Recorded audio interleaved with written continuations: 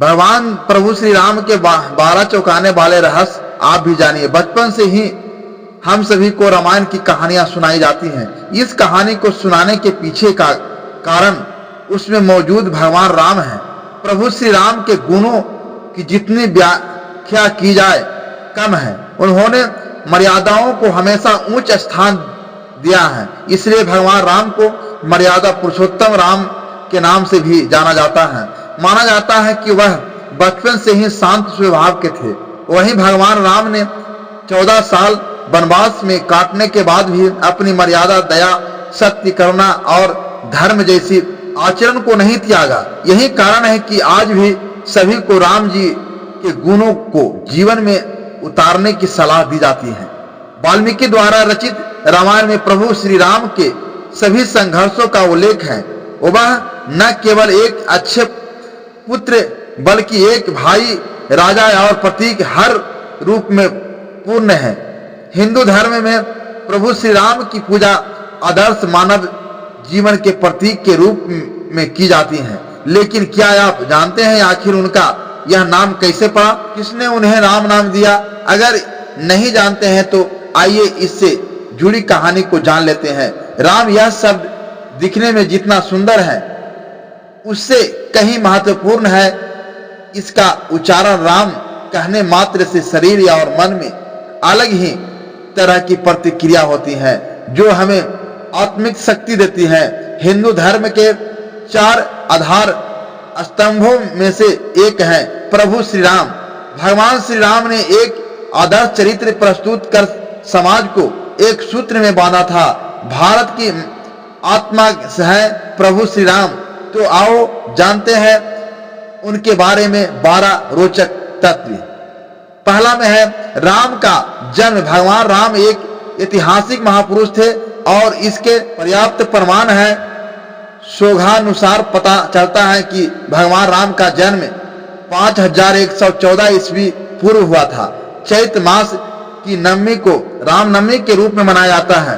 उपरोक्त जन्म का समय राम की वंश परंपरा और उनकी पीढ़ियां से भी सिद्ध होता है। अयोध्या के इतिहास और अयोध्या की वंशावली से भी यह सिद्ध होता है। दूसरा, राम पर लिखे ग्रंथ। प्रभु श्री राम पर वैसे तो कई ग्रंथ लिखे गए हैं, लेकिन वाल्मीकि कृत रामायण ही प्रामाणिक ग्रंथ माना जाता है। यह मूल संस्कृत में लिखा गया ग्रंथ है। तमिल भाषा में कंबल रामायण, असम में असमी रामायण, उड़ीसा में बिलंका रामायण, कन्नड़ में पंप रामायण, कश्मीर में कश्मीरी रामायण, बंगाली में रामायण पांचली, मराठी में भावार्थ रामायण आदि भारतीय भाषाओं में प्राचीन काल में ही रामायण लिखी गई। मुगल काल में गोस्वामी तुलसीदास जी ने अधमी भाषा में रामचरितमानस लिखी, जो कि हिंदी भाषा और उससे जुड़े राज्यों में प्रचलित है। विदेशी में कंपूचिया की राम कृति या रियाम केर रामायण, लाओस फरलाम राम जातक मलेशिया की हिकायत श्री राम, थाईलैंड की राम कियन और नेपाल में भानुभक्त कृत रामायण आदि प्रचलित है। इसके अलावा भी अन्य कई देशों में वहां की भाषा में रामायण लिखी गई है। तीसरा, गौतम बुद्ध के पूर्वज राम वैवस्वत मनु के 10 पुत्र थे। उनमें से एक इक्ष्वाकु के कुल में रघु हुए, रघु के कुल में राम हुए, राम के पुत्र कुश हुए, कुश की 50वीं पीढ़ी में शल्य हुए, जो महाभारत के काल में कौरवों की ओर से लड़े थे। शल्य की 25वीं पीढ़ी में सिद्धार्थ हुए, जो शाक के पुत्र सुद्रोधन के बेटे थे। इन्हीं का नाम आगे चलकर गौतम बुद्ध हुआ। यह नेपाल के लुम्बिनी में रहते थे। सिद्धार्थ के बाद राहुल, प्रसेनजीत, सुदर्क, कुलक, सुरत, सुमित्र हुए। जयपुर राजघरा की महारानी पैदनी और उनके परिवार के लोग की राम के पुत्र कुश के वंशज हैं। महारानी पैदनी ने एक अंग्रेजी चैनल को दिए में कहा था कि उनके पति भवानी सिंह कुश के 309 वंशज थे। चौथा, वनवासी और आदिवासियों के पूजनीय प्रभु श्री राम भगवान राम को 14 वर्ष को वनवास हुआ था। उनमें से 12 वर्ष उन्होंने जंगल में रहकर ही काटे। 12वें वर्ष की समाप्ति के दौरान सीता का हरण हो गया, तो उनके बाद 2 वर्ष उन्होंने सीता को ढूंढने, वानर सेना का गठन करने और रावण से युद्ध करने में गुजारे। 14 वर्ष के दौरान उन्होंने बहुत ही महत्वपूर्ण कार्य किए, जिनके चलते आज भी हमारे देश और देश के बाहर राम संस्कृति और धर्म को देखा जा सकता है। प्रभु श्री राम ने वन में बहुत ही सादगी भरा तपस्वी का जीवन जिया। वे जहां भी जाते थे तो 3 लोगों के रहने के लिए एक झोपड़ी बनाते थे। वहीं भूमि पर सोते थे और रोज कंदमूल लाकर खाते थे और प्रतिदिन साधना करते थे। उनके तन पर खुद के ही बनाए हुए वस्त्र होते थे। धनुष और बाण से वे जंगलों में राक्षसों और हिंसक पशुओं से सभी की रक्षा करते थे। इस दौरान उन्होंने देश के सभी संतों के आश्रमों को बर्बर लोगों के आतंक से बचाया। अत्रि को राक्षसों से मुक्ति दिलाने के बाद प्रभु श्री राम दंडकारण्य क्षेत्र में चले गए, जहां आदिवासियों की बहुलता थी। यहाँ के आदिवासियों को बानासुर के अत्याचार से मुक्त कराने के बाद प्रभु श्री राम 10 वर्षों तक आदिवासियों के बीच ही रहे। उन्होंने वनवासी और आदिवासियों के अलावा निषाद, बानर, मतंग और रीछ समाज के लोगों को भी धर्म, कर्म और वेदों की शिक्षा दी। वन में रहकर उन्होंने वनवासी और आदिवासियों को धनुष एवं बाण बनाना सिखाया, तन पर कपड़े पहनाना सिखाया, गुफाओं का उपयोग रहने के लिए कैसे करें यह बताया और धर्म के मार्ग पर चलकर अपने रीति रिवाज कैसे संपन्न करें यह भी बताया। उन्होंने आदिवासियों के बीच परिवार की धारणा का भी विकास किया और एक दूसरे का सम्मान करना भी सिखाया। उन्हीं के कारण हमारे देश में आदिवासियों के कबीले नहीं समुदाय होते हैं। उन्हीं के कारण ही देश भर के आदिवासियों की रीति रिवाजों में समानता पाई जाती है। भगवान श्री राम ने ही सर्वप्रथम भारत की सभी जातियों और संप्रदायों को एक सूत्र में बांधने का कार्य अपने 14 वर्ष के वनवास के दौरान किया था। एक भारत का निर्माण कर उन्होंने सभी भारतीयों के साथ मिलकर अखंड भारत की स्थापना की थी। भारतीय राज्य तमिलनाडु, महाराष्ट्र, आंध्र प्रदेश, मध्य प्रदेश, केरल, कर्नाटक सहित नेपाल, लाओस, कपुलिया, Malaysia, Cambodia, Indonesia, Bangladesh, Bhutan, Sri Lanka, Bali, Java, Sumatra और थाईलैंड आदि देशों की लोग संस्कृत ग्रंथों में आज भी राम इसलिए जिंदा है। 5वां शिवलिंग और सेतु बनवाया। 14 वर्ष के वनवास में से अंतिम 2 वर्ष प्रभु श्री राम दंडकारण्य के वन से निकलकर सीता माता की खोज में देश के अन्य जंगलों में भ्रमण करने लगे और वहां उनका सामना देश की अन्य कई जातियों और वनवासियों से हुआ। उन्होंने कई जातियों को इकट्ठा करके एक सेना का गठन किया और वे लंका की ओर चल पड़ी। श्री राम की सेना ने रामेश्वर की ओर कूच किया। महाकाव्य रामायण के अनुसार भगवान श्री राम ने लंका पर चढ़ाई करने के पहले यहाँ भगवान शिव की पूजा की थी। रामेश्वर का शिवलिंग श्री राम द्वारा स्थापित शिवलिंग है। इसके बाद प्रभु श्रीलंका ने नल और नील के माध्यम से विश्व का पहला सेतु बनवाया था और वहां भी समुद्र के ऊपर आज उसे राम सेतु कहते हैं, जबकि राम ने इस सेतु का नाम नल सेतु रखा था। 6ठा रामायण के सबूत श्री राम और सीता के जीवन की घटनाओं से जुड़े ऐसे 200 से भी अधिक स्थानों का पता लगाया है जहां आज भी तत्संबंधित स्मारक स्थल विद्यमान है, जहां श्री राम और सीता रुके या रहे थे। वहां के स्मारकों, भित्ति चित्रों, गुफाओं आदि स्थानों के समय काल की जांच पड़ताल वैज्ञानिक तरीके से की। इन स्थानों में से प्रमुख के नाम है सरजू और तमसा नदी के पास के स्थान, प्रयागराज के पास श्रृंगबेरपुर तीर्थ, सिंगरौर में गाम पार कुरई गांव, प्रयागराज, चित्रकूट, मर्प, सतना मर्प, दंडकारण्य के कई स्थान, पंचवटी, नासिक, सर्वतीर्थ, पर्णशाला, तुंगभद्रा, सबरी का आश्रम, ऋषिमुख पर्वत, कोडी, करई, रामेश्वरम, धनुषकोडी, राम सेतु और नुवाड़ा एलिया पर्वत श्रृंखला।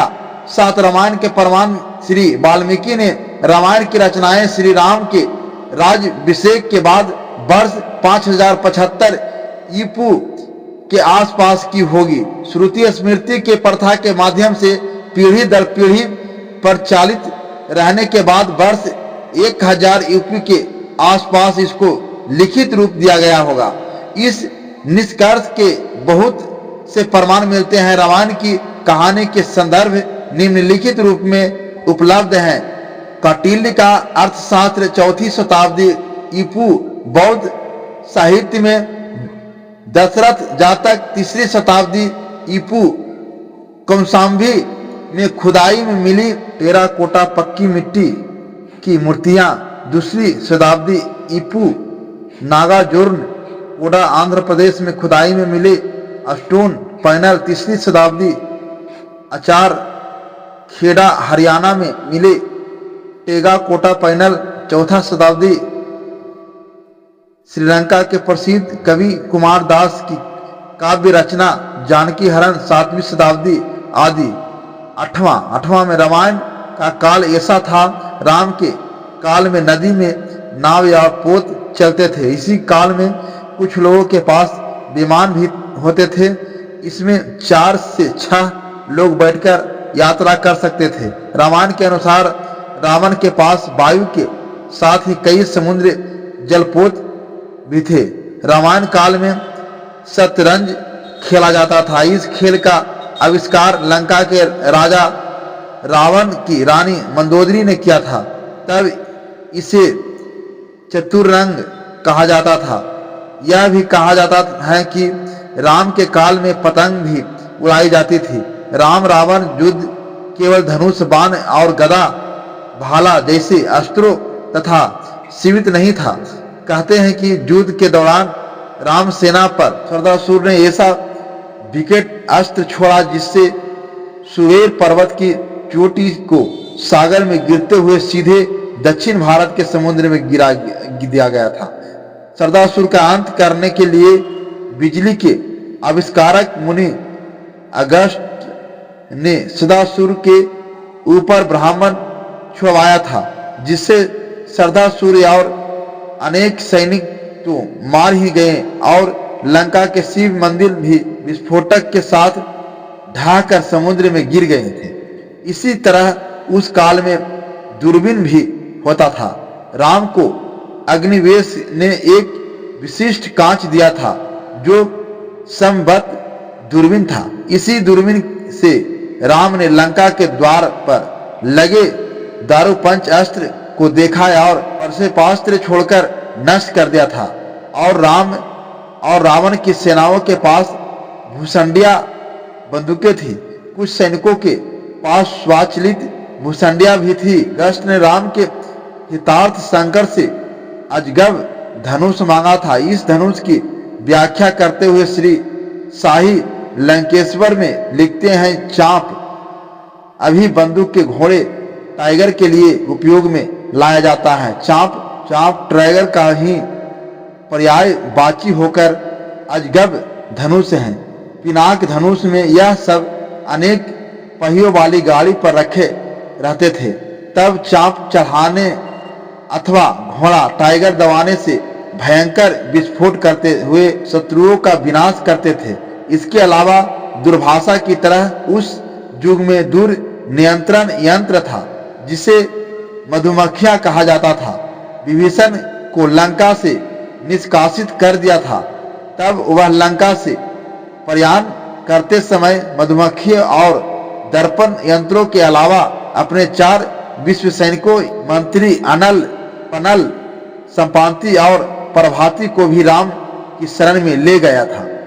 राम के काल में सभी लोग बहुत ही नैतिक और सभ्य थे। सभी मर्यादा में रहकर जीवन यापन करते थे। अधिकतर लोग को वेद का ज्ञान था। 9वां, रामायण काल के यह लोग आज भी जिंदा हैं।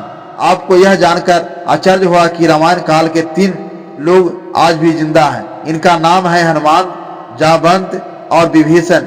इनके काल के पूर्व के 2 लोग भी आज तक जिंदा है। उनका नाम है विरोचन पुत्र महाबली और जमदग्नि के पुत्र परशुराम। 10वां, श्री राम की बहन। अब तक आप सिर्फ यही जानते आए हैं कि श्री राम के 3 भाई लक्ष्मण, भरत और शत्रुघ्न थे, लेकिन श्री राम की बहन के बारे में कम लोग ही जानते हैं। बहुत दुख भरी कथा है। श्री राम की बहन की लोग इनकी सच्चाई जानेंगे तो श्री राम को कठोर दिल वाला मानेंगे। और दशरथ को स्वार्थी श्री राम की 2 बहनें भी थी, एक शांता और दूसरी कुकवी। हम यहाँ आपको शांता के बारे में बताएंगे। दक्षिणी भारत की रामायण के अनुसार श्री राम की बहन का नाम शांता था, जो चारों भाइयों से बड़ी थी। शांता राजा दशरथ और कौशल्या की पुत्री थी, लेकिन पैदा होने के कुछ वर्षों बाद कुछ कारणों से राजा दशरथ ने शांता को अंग देश के राजा रोमपाद को दे दिया था।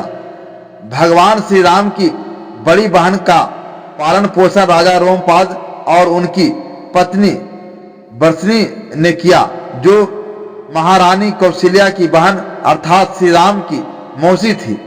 11, नहीं किया था राम ने सीता का परित्याग। पहले रामायण 6 कांडों की होती है, उसमें उत्तराकांड नहीं होता था।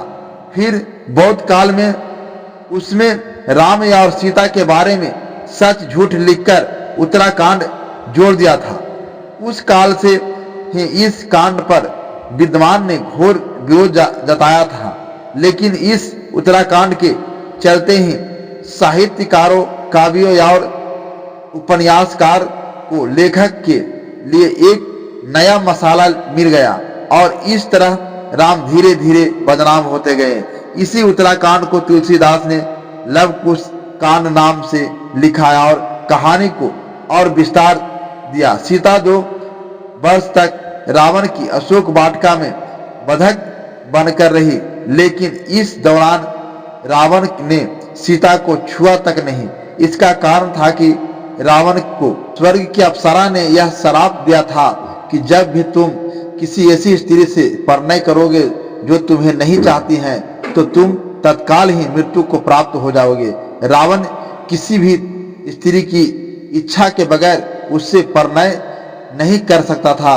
सीता को मुक्त करने के बाद समाज में यह प्रचलित है कि अग्नि परीक्षा के बाद राम ने प्रसन्न भाव से सीता को ग्रहण किया और उपस्थित समुदाय से कहा कि उन्होंने लोक निंदा के भय से सीता को ग्रहण नहीं किया था, किंतु अब अग्नि परीक्षा से गुजरने के बाद यह सिद्ध होता है कि सीता पवित्र हैं, तो अब किसी को इसमें संशय नहीं होना चाहिए। लेकिन इस अग्नि परीक्षा के बाद राम ने प्रसन्न भाव से सीता को ग्रहण किया और उपस्थित समुदाय से कहा कि उन्होंने लोक निंदा के भय से सीता को ग्रहण नहीं किया था, किंतु अब अग्नि परीक्षा से गुजरने के बाद यह सिद्ध होता है कि सीता पवित्र है, तो अब किसी को इसमें संदेश नहीं होना चाहिए। लेकिन इस अग्नि परीक्षा के बाद भी जन समुदाय में तरह तरह की बातें बनाई जाने लगी।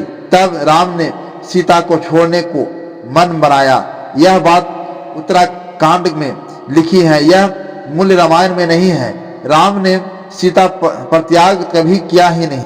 राम कथा पर सबसे प्रामाणिक शोक करने वाले फासर कामिल बुल्के का स्पष्ट मत है कि वाल्मीकि रामायण का उत्तराकांड मूल रामायण के बहुत बाद ही पूर्णत प्रशिक्षित रचना है।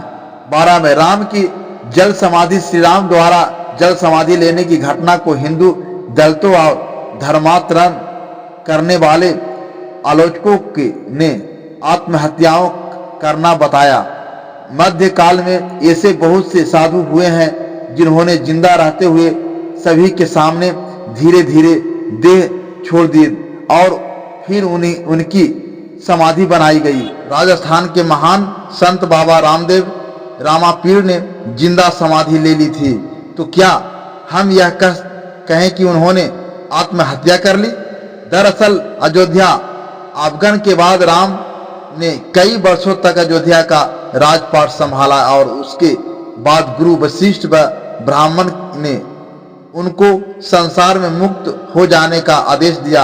एक घटना के बाद उन्होंने जल समाधि ले ली थी।